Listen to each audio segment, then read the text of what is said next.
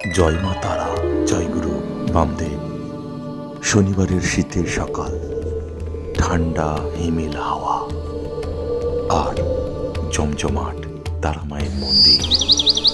জয় মা তারা ধ্বনি, শঙ্খ ঘণ্টার শব্দ, সবকিছু মিলেমিশে এক হয়ে গেছে। আপনারা যারা এখনো আসেননি তারা অনুভব করতে পারবেন না কি মায়াময় অদ্ভুত আনন্দ এই মন্দিরে।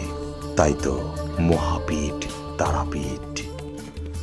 সব তীর্থ একবার হলেও তারাপীঠ বারবার। চলুন এবার আপনাদের দর্শন করায় আনন্দময়ী তারা মাকে।